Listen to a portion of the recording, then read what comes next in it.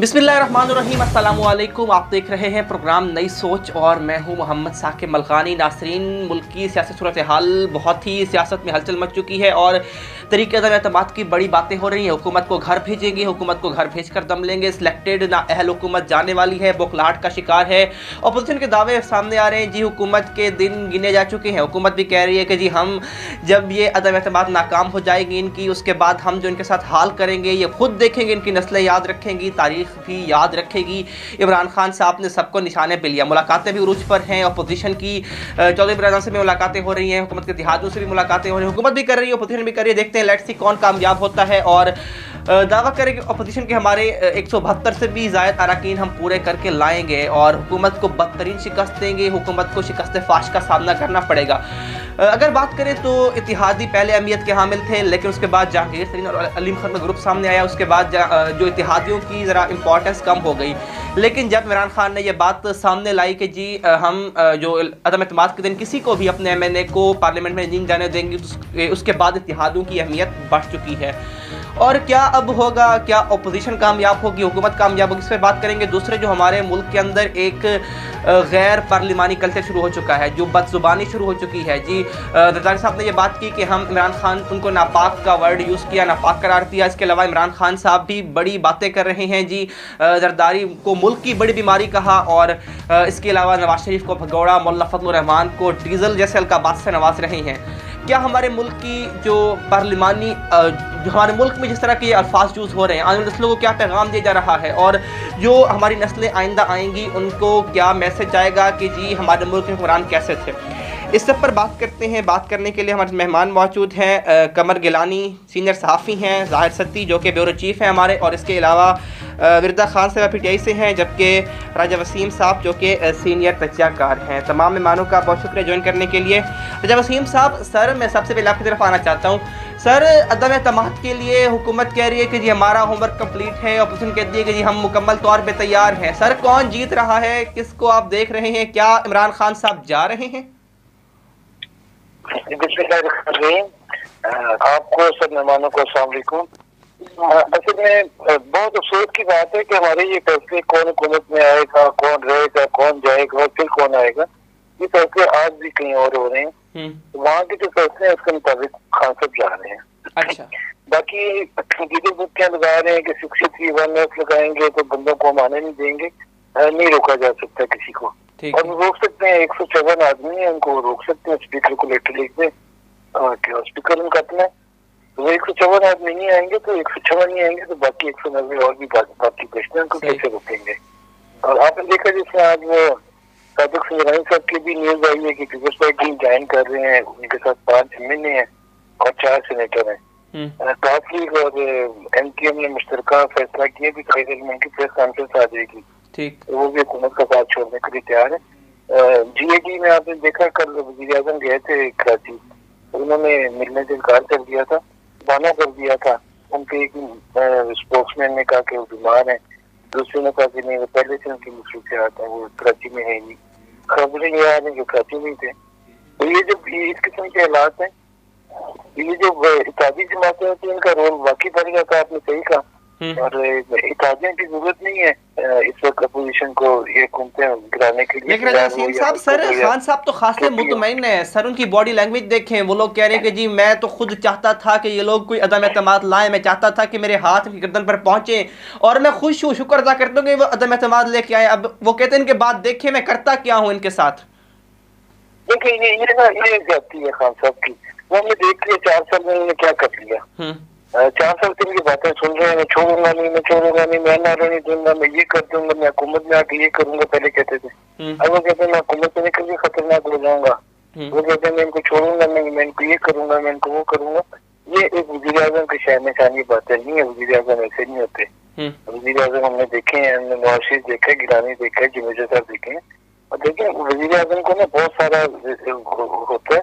ये एक वाहिद वज़ीर आज़म नहीं है पाकिस्तान के, दुनिया के और भी दुनिया में वज़ीर आज़म ने कभी कोई इस किस्म की बात, गैर जिम्मेदारी की बात नहीं करता। तो ये बात तो वो करे कि मैं इनको नहीं छोड़ूंगा जिससे पहले सबसे ना बरामदगियां की हों, जिनका क्लेम था कि चोर है, लूट के खा गए हैं, 200 अरब डॉलर आएगा, 100 अरब उधर मारूंगा, 100 अरब उधर मारूंगा। ये इनकी सिर्फ बात नहीं, ये शुरू हुई इनकी पॉलिटिक्स इन्हीं बातों से, इन्हीं बड़कों से। ठीक है, किसी के ऊपर इसका इख्तिताम हो रहा है, ये रोक नहीं सकेंगे। ठीक है, ठीक है सर, साथ ही रहिएगा। ठीक है विरदा खान साहिबा, हुकूमत का होमवर्क मुकम्मल है, खान साहब मुतमईन है। खान साहब कहते हैं कि अदम एतमाद नाकाम होगी। क्या आप समझती हैं वाकई इमरान खान साहब कहीं नहीं जा रहे? हेलो, अस्सलाम वालेकुम। सबसे पहले तो मैं सबको सलाम करना चाहूंगी। वालेकुम सलाम। जी जी, बिस्मिल्लाहिर्रहमानिर्रहीम। जी जी, जैसे कि आपने मुझसे सवाल पूछा है कि इमरान खान का जो एतमाद का, तो वो बिल्कुल हमारा होमवर्क मुकम्मल है। इमरान खान कहीं नहीं जा रहे। आपके सामने बिलावल के जिस तरह पोस्टर लगे हुए थे पिंडी में, और बिलावल चीख रहा था उधर खड़े होकर कि मैं आ रहा हूँ, मैं इस्लामाबाद को हिला रहा हूँ, टांगे कांप रही हैं, जो भी हैं। तो आपने देख लिया, वो आए, चले गए, खत्म हो गया। इसी तरह इनका लॉन्ग मार्च, इनका सिलसिला चलता रहेगा। हम बिल्कुल एतमाद में हैं, हमें पता है कि हमारी जीत होनी है। पिछले साल भी आपने देखा था एतमाद के जब आई थी ये बात, तो हमारी ही जीत हुई थी ना, आपको पता है ना। लेकिन तो मैडम अब हालात खासे मुख्तलिफ हैं। जहांगीर तरीन खुद एक्टिव है, अलीम खान एक्टिव है, इत्तेहादी साइड पे हो रहे हैं। काफ लीग ने नहीं कहा हम साथ देंगे, एमक्यूएम ने भी ये बात कतई नहीं की जी हम साथ हैं। वो कहते हैं जी आने वाले टाइम पे सोचेंगे कि हमने क्या करना है। तो क्या खतरे की घंटी नहीं हुकूमत के लिए? नहीं, लेकिन सोचने का मतलब ये तो नहीं है कि उन्हें साफ कर दी कि हम इमरान खान का साथ नहीं छोड़े। वो कहीं भी नहीं जाते हैं, ना ही वो चौधरी साहब कहीं जाते हैं, ना ही एमक्यू लोग सब जाते हैं। तो आप बेफिक्र हो जाएं, जीत हमारी ही होगी, इमरान खान की होगी। जैसे कि ये बोल रहे थे कि वजीर आजम, ऐसे वजीर आजम नहीं होते कि वो मुझसे कह रहे हैं कि मुझे अगर निकाल दिया तो मैं खतरनाक हो जाऊंगा।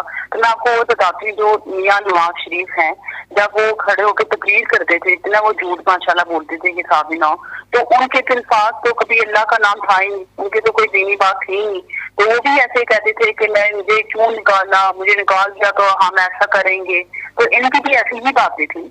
तो ये सिर्फ हमारे प्लीज लीडर्स भी पॉइंट आउट ना किया करें, ये और भी देखा करें। और वो आप अगर बिलावल की बात करते हैं, पहले उनको तो वो सही कहते हैं हमारे लीडर के, उनको पहले उर्दू तो सीखनी चाहिए ना मैडम। वो की बात करें, साइड लाइन की बातें छोड़ें। अच्छा ये बताएं कि अब इमरान खान साहब वाकई कहीं नहीं जा रहे आपके इन्फॉर्मेशन के मुताबिक? क्योंकि अलीम खान और तरीन ग्रुप भी खासा एक्टिव है। पहले वो लोग नहीं थे, लेकिन अब वो लोग कह रहे हैं कि जी उस्मान रज़ा को हटाएंगे हम, तभी खान साहब को वोट देंगे, वरना हमने नहीं देना। देखिए, अगर उस्मान रज़ा चले जाते हैं, ठीक है, तो देखिए एक क्रिकेट है, एक क्रिकेट टीम होती है, उसमें चेंज होते रहते हैं ना पार्टनर। आपको पता है किसी खिलाड़ी चेंज करते रहते हैं। तो इमरान खान अगर खिलाड़ी चेंज कर लेंगे, अगर कोई और इसकी जगह आ जाएंगे, कोई इससे नाइस आएंगे। लेकिन इमरान खान जब देखते हैं कोई MLA या MP या कोई भी अगर गलत काम कर रहा है, तो उसको निकालते हैं। तो अगर उसको बदल के कोई और लाएंगे तो इसमें कोई मसला तो नहीं है। हमारी अंदर की हमारी इंसान यानी कि हमारी अंदरूनी बातें हैं, इनमें और लोगों को ऑपोजिशन को हक नहीं बनता बोलने का। चलिए ठीक है ज़ाहिर सब्ती साहब, क्या लगता है खान साहब अब जा रहे हैं, उनके दिन पूरे हो चुके हैं? क्या इन्फॉर्मेशन है आपके पास? और लगता क्या है कि वाकई खान साहब की छुट्टी होने वाली है? इत्तेहादी भी खान साहब का साथ छोड़ रहे हैं, तरीन ग्रुप भी एक्टिव है, अलीम खान भी एक्टिव नजर आ रहे हैं। जी शुक्रिया साकिब जी, मेरी तरफ से तमाम मौजूद मेहमानों को सलाम, आपकी खिदमत में भी सलाम पेश करता हूँ। वालेकुम सलाम, थैंक यू। आपका सवाल बड़ा किस्म का जो है वो सवाल के अंदर जवाब है कि अलीम खान और जंगीर तरीन क्या करेंगे। देखिए अलीम खान और जंगीर तरीन जो है वो कुछ लोग कुछ दो की पॉलिसी के हैं।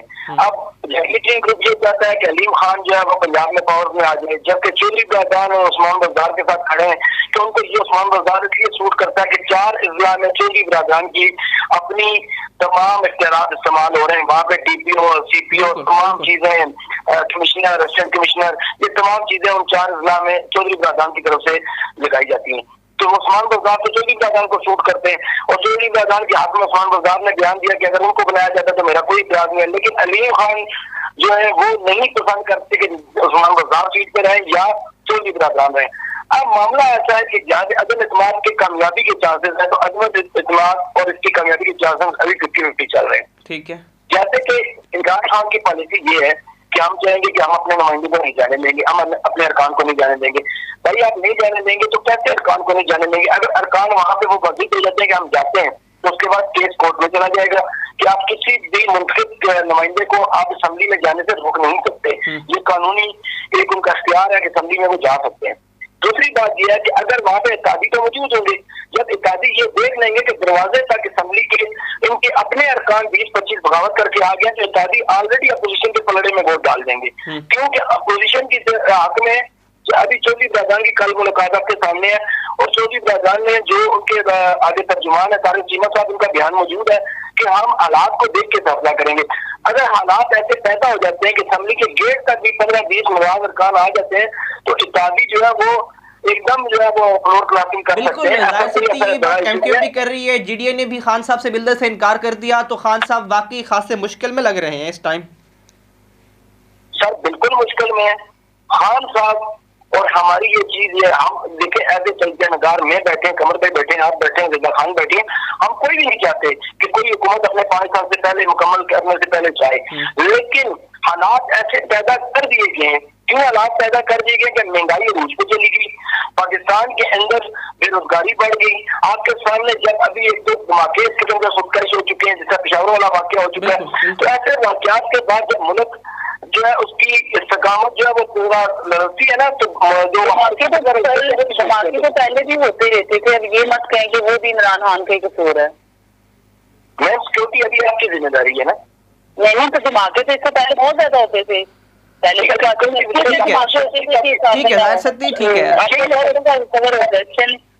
ठीक है कमर साहब, मैं आपकी तरफ आना चाहता हूँ। कमर साहब ठीक है, बिलावल के ऊपर नजर हटाए ना तो मुल्क के अंदर देखें कि क्या हो रहा है। ठीक है, ठीक है, साहब हम नजर उठा के देख रहे हैं, हर चीज को देखी जा रही है। इस पार्टी ने जिस तरह गरीबों का सोचा है ना, वो किसी पार्टी ने नहीं सोचा। ठीक है मिर्जा खान साहब, मुझे कमर गिलानी की साइड जाना है। कमर गिलानी साहब, क्या लगता है कि खान साहब के जाने के वक्त आ चुके हैं, उनके दिन गिने जा चुके हैं अब? जी तमाम मेहमानों का तो मैं अस्सलाम पेश करता हूँ। मैं आपको बताता चलूँ कि ये खान साहब के जाने का जो वक्त है ना, वो इसी बात पे कई दिन से ये जो है बातचीत शुरू है, इसी एक टॉपिक पे कि खान साहब जा रहे हैं, खान साहब जा रहे हैं, खान साहब जा रहे हैं। लेकिन मैं आपको ये सारी बातें तमाम मेहमानों ने की हैं, लेकिन सबसे पहले मैं आपको ये बताऊं कि इस टाइम जो है एस्टेब्लिशमेंट का बड़ा अहम रोल है। कोई बंदा आप में से ये नहीं कह सकता, अगर कोई कहता है तो ये बिल्कुल हकीकत को झुठलाने वाली बात है कि एस्टेब्लिशमेंट का कोई रोल नहीं है। एस्टेब्लिशमेंट का बहुत अहम रोल है, और एस्टेब्लिशमेंट ऐसा नहीं हो सकता कि मुल्क जो है वो एक अनारकी की तरफ जा रहा है या अदम इस्तेहकाम की तरफ जा रहा है और एस्टेब्लिशमेंट चुप करके खामोश बैठी रहे, ऐसा नहीं हो सकता। दूसरी बात हुकूमती अरकान की है। अभी उनके पास जो दावे आ रहे हैं हुकूमती अरकान के 179 है, वो कहते हैं कि हमारे जो है ना मेंबर अभी पूरे और हमारे हाथ में ग्रिप है। और अभी जो आज रिसेंटली जो इनका हुकूमत की तरफ से दावा किया जा रहा है, वो ये किया जा रहा है कि जो मार्च 23 मार्च से पहले है, तो ये जो गेम ये चली जा रही है अपोजिशन की तरफ से, तो उससे पहले जो है ना ये आर पार किया जाएगा सिलसिला। अब 179 अरकान है हुकूमत के पास, जिसमें काफ लीग और मुतहदा कौमी मूवमेंट के जो है अरकान ये भी इसमें शामिल है। अब मैं आपको ये बताऊं कि काफ लीग जो है ये पंजाब की एक बड़ी जमात है, जिसके साबिक डिप्टी वज़ीर आज़म भी रहे हैं परवेज लाई, और दूसरे चौधरी शुजात उनके पास भी बहुत बड़ा उदार है। काफ लीग जो है वो कभी भी नून लीग पे एतबार नहीं कर रही और ना कर सकती है, वक्ती तौर पर ये आपको महसूस हो रहा है। दूसरे नंबर पे अगर एमकेएम को लेंगे, एमकेएम कभी भी पीपल्स पार्टी के साथ, कभी भी सिंध में पीपल्स पार्टी के साथ नहीं चलेगी, ये आप लिख लें। ना काफ लीग चलेगी नून लीग के साथ, क्योंकि उनके साथ जो 14-15 साल इन्होंने की है, बार बार वादे करके वजारत आला का लालच दे के, वजारत उज़्मा का लालच दे के उनके साथ जो की है, वो अभी दोबारा ऐसे नहीं हो सकता कि उनका इख्तितामी दौर है। चौधरी शुजात हुसैन जो कि अपनी उम्र के आखिरी हिस्से में, चौधरी परवेज लाई, वो भी तजर्बात के ऊपर तजर्बात ऐसे हो नहीं सकता। दूसरे नंबर पे एक ये मैं आपको बताता चलूं कि ये सारी जो बात हम जो ये सारी डिस्कशन कर रहे हैं, ये उस दिन नहीं खुलेगी जिस दिन वोटिंग होगी। असल उसी दिन ये सारी जो है ना बिल्ली थैले से बाहर आएगी और उसी दिन सारी चीजों का पता लगेगा। इसमें एक और चीज ऐड करूं कि एक एस्टेब्लिशमेंट का बहुत अहम रोल है। दूसरे नंबर पे मैं आपको ये बताता चलूं कि स्पीकर के पास बहुत ज्यादा पावर है। स्पीकर के पास इतनी पावर है कि आपको अभी कुछ चीजें डिस्कस होने, अभी कुछ चीजें डिस्कस नहीं हो रही, कुछ चीजें ऐसी डिस्कस हुई है जो कि सब हैरान है, उस पर अभी बहस चल रही है, किसी के पास उसका नॉलेज है डिस्कशन का, किसी के पास नहीं है। जैसा कि मतलब आर्टिकल 63 की मतलब 3 शिकें हैं, जो उसपे जो आर्टिकल 1A की है शिक, उसमें यह है कि कोई हुकूमती जमात का बंदा अपनी हुकूमत के खिलाफ वोट कास्ट नहीं कर सकता। अगर कास्ट करता है तो वो एक न्याय हो सकता है। दूसरे नंबर पे वो अगर वोट कास्ट करता है तो उसका वोट तस्लीम नहीं किया जाएगा। ये एक अलग बहस है। इसमें अगर मैं आपको इसी बात पे मैं आपको बताता चलूं कि इसी तरीके से जो स्पीकर है, स्पीकर के पास बहुत ज्यादा पावर है, स्पीकर पे बहुत डिपेंड है। इसीलिए ये कोशिश कर रहे हैं कि स्पीकर को वजीर आजम से पहले जो है वो अदम स्पीकर के खिलाफ भी लाई जाए, और वजारत मुझे ब्रेक का कहा जा रहा है, ब्रेक में वापस आएंगे और अगर लेके चलेंगे तो साथ रहेगा। एक ब्रेक में वापस आते हैं। इकबाल बनास्पति घी and cooking oil vitamin A और विटामिन डी की ग़िज़ाइयत से भरपूर।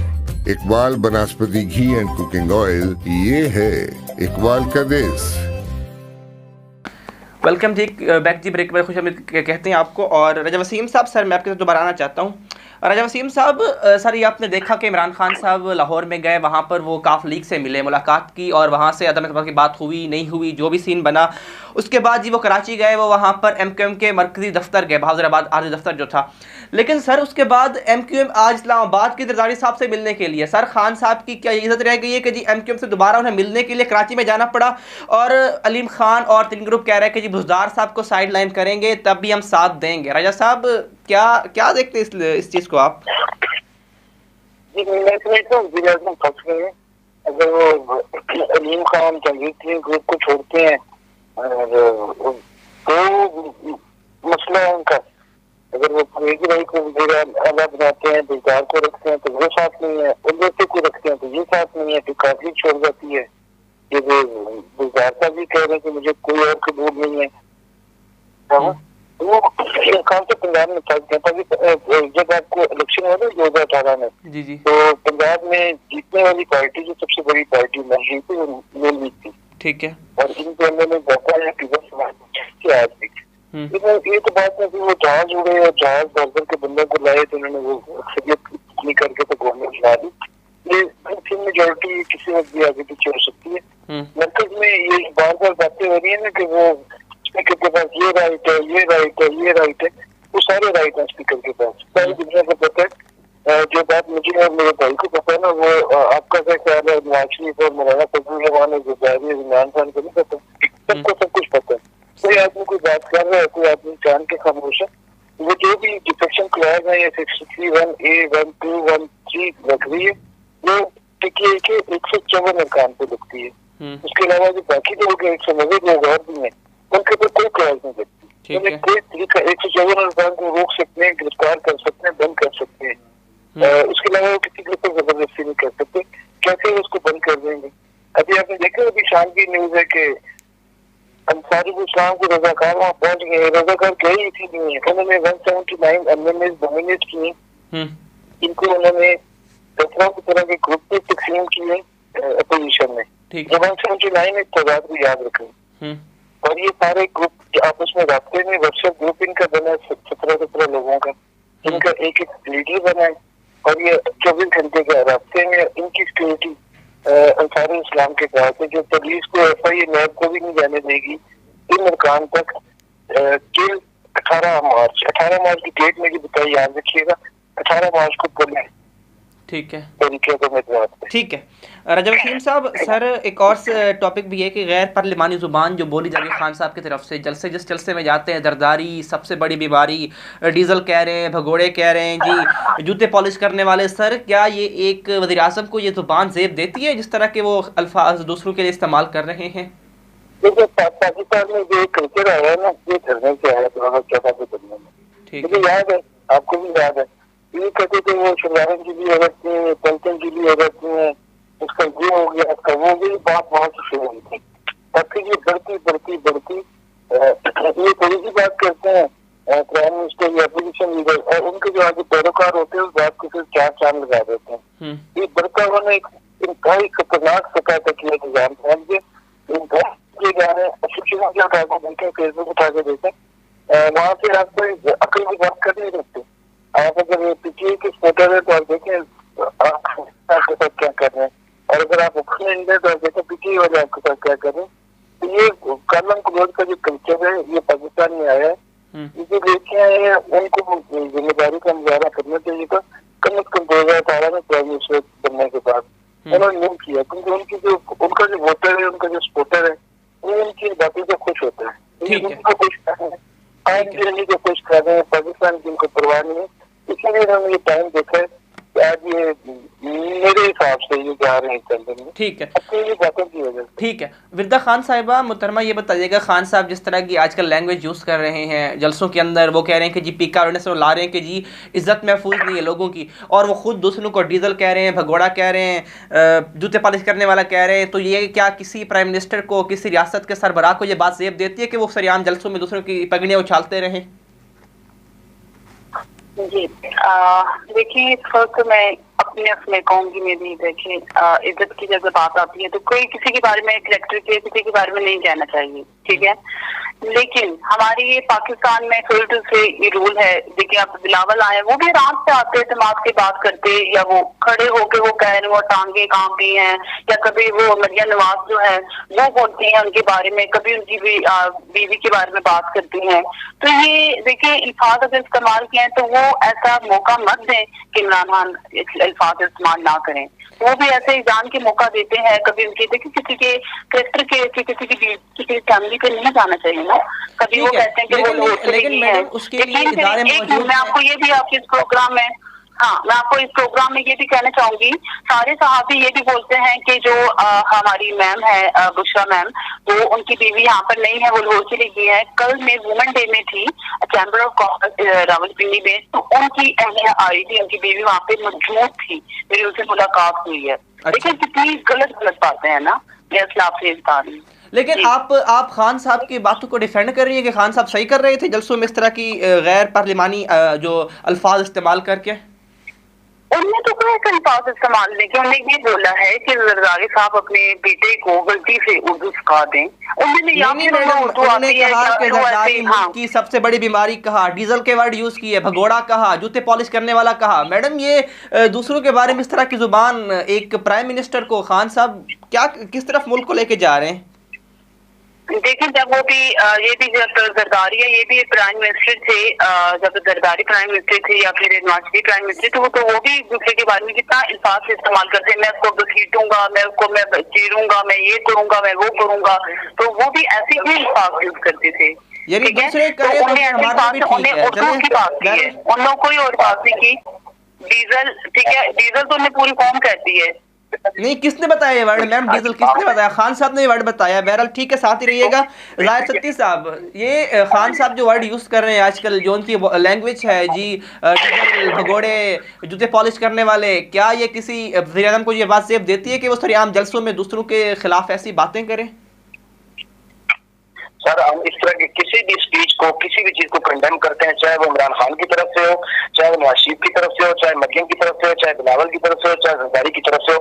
ये हमारी सियासत के अंदर एक गलत कल्चर पैदा हो गया है कि आप दूसरों के नाम बिगाड़ें, आप दूसरों के नाम रखें, और इस तरीके से मतलब कभी, और इस चीज को कल्चर को सबसे ज्यादा जो आम करने में बात है ना, वो बिल्कुल मेरे भाई ने ठीक कहा कि 2014 के धरने के अंदर ये चीज इस्तेमाल की गई, और एक पार्टी के सरबराह को ये नहीं देता था, वो कहता कि ओए नवाज शरीफ और मियां जी जान दो, साड़ी आन दो, इस तरह की बातें करना। वहां से ये स्टार्ट लिया इन्होंने, शीदा टंडी इन्होंने कहा उसको, और आज वो इनका वज़ीर दाखिला है।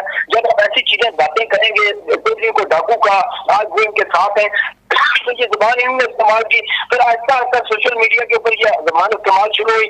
अब सर आपको ये नहीं पता कि उनने भी जो है ना बिलावल भुट्टो, जरदारी साहब ने भी वो बोलते होते थे नवाज शरीफ के बारे में, ये डाकू ना, वो भी एक दूसरे को बोलते थे। आप हर पता नहीं क्यों इमरान खान सियासत में ये कल्चर नहीं होना चाहिए, सियासत में ये कल्चर किसी भी सूरत में होना चाहिए। हम इस्लामी जमहूरिया पाकिस्तान है, हमारा इस्लामी मुल्क है, इस्लाम जो है वो तहजीब तमद्दुन का मजहब कहलाता है, और हमारा इस्लामी मुल्क है। हमें दुनिया के सामने रोल मॉडल होना चाहिए। दूसरी दुनिया के जो लोग हैं वो उम्र लाख को इस्तेमाल करके अपने आप को दुनिया में तरक्की याफ्ता साबित कर चुके हैं, और हम जिनका उम्र है, उम्र हमारे हैं, ठीक ठीक है, हमारे अमीरुल मोमिनीन है, अबू बकर हमारे अमीरुल मोमिनीन है, अली करमुल्लाह जो हमारे अमीरुल मोमिनीन है, उस्मान हमारे अमीरुल मोमिनीन। ना उस्मान वाली हया हमारे में रही, ना अबू बकर वाली सदाकत रही, ना उमर फारूक जैसा हमारे में अदल रहा, ना अली जैसी शुजाअत रही। हम लोग तो वो बन गए हैं कि हम बिल्कुल यूरोप के जिस तरीके से वो जैसे कल वो खवातीन मार्च वाली थी, उसका की नंगी जुबान हमारे सोशल मीडिया पे इस्तेमाल हो रही है। तमाम सियासी जमातों के कारकुनान को और सियासी लीडरान को इस बारे में सोचना चाहिए, एक ज़ाब्ता अखलाक बनाना चाहिए, इस तरह की जबान इस्तेमाल नहीं करनी चाहिए। कोई कानून इसका रास्ता नहीं रोक सकता जब तक तमाम जमातें अपना ज़ाब्ता अखलाक खुद नहीं बनाएंगी। ठीक है, कमर गिलानी साहब, आप क्या कहना चाहेंगे इस तरह की वर्डिंग के ऊपर? आपने गुफ्तगू भी सुनी तमाम मेहमानों की, आपका क्या कमेंट है इस पर? जी, अफसोस की बात है कि ये जो कल्चर है ये अब पाकिस्तानी सियासत का हिस्सा बनता नहीं जा रहा, बन चुका है। और ये बन चुका है, इसको अब समझ नहीं आती कि ये किस तरीके से रुकेगा। अभी तो ये कोई जिस तरीके से ये काउंटर अटैक एक दूसरे पे करते हैं तमाम अपोजिशन जमाते हैं, ये आज से नहीं है, ये गुज़श्ता 10 साल से जो हम देख रहे हैं, गुज़श्ता 10 साल से ये हर हुकूमत में उरूज बर उरूज ये चीज बढ़ती जा रही है। तो इसका जो जिम्मेदार है वो हुकूमतें तो हैं, दूसरी जमातें तो हैं, सियासी जमातें तो हैं, लेकिन इसमें जो सबसे ज्यादा चीज इलेक्ट्रॉनिक मीडिया का इसमें बड़ा रोल है। इलेक्ट्रॉनिक मीडिया हमेशा न्यूज़पेपर पे तो लाजमी बात है गाली गलोच इस तरह के अल्फाज बहुत कम प्रिंट देखने में मिलते हैं, लेकिन इलेक्ट्रॉनिक मीडिया जिसमें कि कोई चीज ऑन एयर होती है तो वो चंद सेकंड का उसमें मतलब वो गैप होता है, वो भी महसूस नहीं होता देखने वाले को।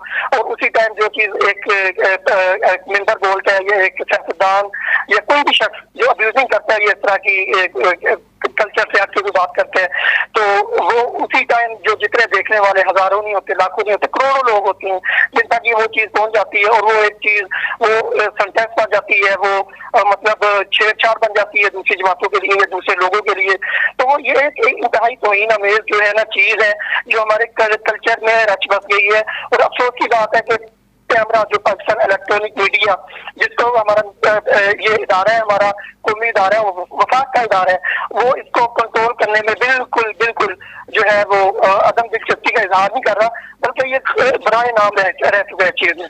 ठीक है, रजा वसीम साहब, सर आखिर में आप क्या कमेंट करना चाहेंगे? रजा वसीम साहब, अगर मेरे सुन पा रहे हैं आप? जी, आवाज आ रही है आपको? जी सर आप क्या कमेंट करेंगे एंड में इस तरह के अल्फाज के बारे में? आपने गुफ्तगू सुनी, डिफेंड करेंगे इस चीज को सर। बताऊंगा कि ये गलत जुबान का इस्तेमाल इलेक्ट्रॉनिक प्रिंट पे वहाँ पे कम है, सोशल मीडिया पे ज्यादा है। बिल्कुल सर, इसे पूरी तरह से कंडेम करते हैं, बुरी तरह से इसकी मजम्मत करते हैं। ये जुबान इस्तेमाल करें, वज़ीर आज़म करें, अपोजिशन करे या मैं करूँ, आप करें, पूरा पाकिस्तानी माशरा करे, ये गलत है, ये जाती है। और हम इस जुबान के इस्तेमाल से बहुत पीछे जा रहे हैं। हम फादर शेख ऑफ आर्गुमेंट इस बात को छोड़ देते हैं कि शुरू कहाँ से हुई है, और इस बात को छोड़ के देते हैं शुरू होकर बहुत ज्यादा बढ़ गई है, बहुत ज्यादा ऊपर चली गई है और दिल्ली में निवास बढ़ना है हमारा। ठीक है, हमें चाहिए कि हम मौका ना दें और इसकी जिम्मेदारी में गवर्नमेंट नहीं खत्म कर सकती था, हमें सोचना पड़ेगा इस पे। ठीक है सर, बहुत शुक्रिया वसीम साहब, आप भी मौजूद थे। मिर्जा खान साहिबा, जाहिर सत्ती और कमर गिलानी, चारों मेहमानों का बहुत शुक्रिया ज्वाइन करने के लिए। नासरीन, यकीनन अदम एतमाद की तरीक पर आज बात हुई और लेट्स सी कि हुकूमत और अपोजिशन के दरमियान क्या बनता है, क्या हुकूमत वाकई जा रही है, हुकूमत के जाने के दिन पूरे हो, क्योंकि नून लीग के इफ्तार फैसल चौधरी कह रहे हैं कि जी हमारे जो MNAs हैं उनको कॉलें आ रही हैं, अगवा करने के बारे में कहा जा रहा है और तरह तरह की बातें भी हो रही हैं, क्योंकि जब तक ये बात क्लियर नहीं होगी कि क्या अदम एतमाद होगी, जब तक ये सामने नहीं आता तो तब तक कहना कुछ गलत वक्त होगा। और दूसरे जो गैर पार्लिमानी अल्फाज जो बोले जाते हैं, हमारी हुकूमतें बोलती हैं, अपोजिशन बोलती है, कोई भी बोलता है, लेकिन बहुत ही गलत बात है। तो आज के प्रोग्राम से इतना, इंशाल्लाह मुलाकात होगी अगले प्रोग्राम में। तब तक के लिए अपना ख्याल रखिए। अल्लाह ने के बाद।